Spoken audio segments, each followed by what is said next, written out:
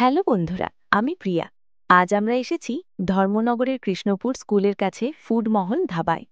এখানকার খাবারের খ্যাতি শুনেছি। চলো দেখি কি মজা আছে। আজকের ভিডিওটি ভালো লাগলে আমাদের ফেসবুকে ফলো এবং ইউটিউবে সাবস্ক্রাইব করতে ভুলবেন না। ফুডমহলের আসল মজা এর দেশি ভাইব আর মুখরোচক খাবারে। আমি টেস্ট করেছি চিলি পানির এবং রুটি। ফুডমহল শুধু খাবার নয়, একটা অভিজ্ঞতা।